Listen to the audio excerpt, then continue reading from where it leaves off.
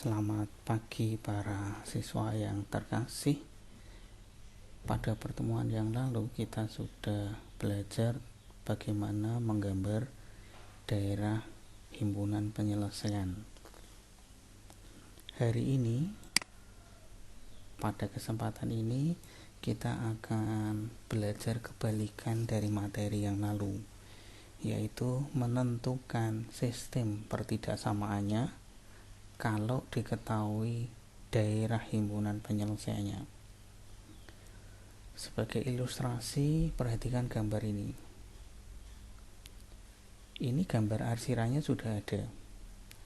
Pertanyaannya lalu, bagaimana sistem pertidaksamaannya? Untuk menentukan sistem pertidaksamaannya ini, ada beberapa langkah bantuan yang bisa digunakan. Yang pertama, pastikan dulu daerah ini dibatasi oleh berapa garis.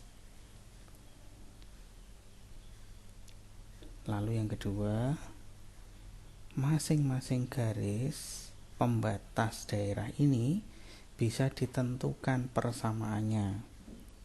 Kita bisa menggunakan rumus Y sama dengan MX ditambah C, dengan M adalah gradien.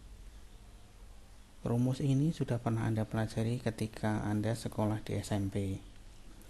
Atau kita bisa menggunakan rumus yang kedua, Y min Y1 dibagi Y2 min Y1 sama dengan X min X1 dibagi X2 min X1.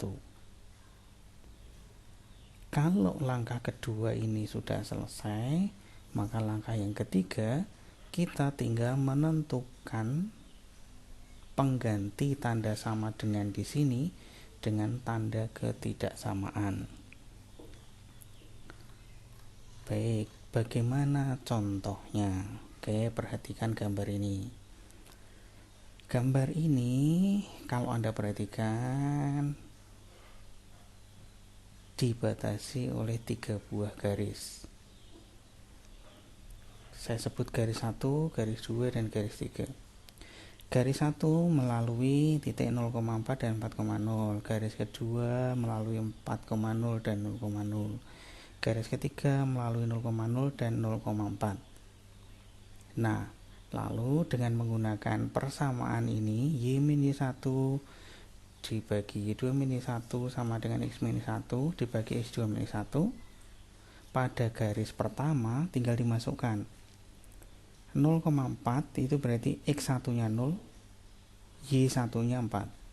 4,0 di sini berarti ini X2 4, Y2-nya 0.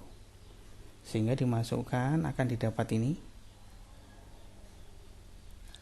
Dan ketika disederhanakan lagi maka akan diperoleh 4X tambah 4Y sama dengan 12. Oke, mudah kan? Sekarang lihat garis kedua nih dan garis ketiga. Maka akan didapat persamaan Y sama dengan 0 dan X sama dengan 0.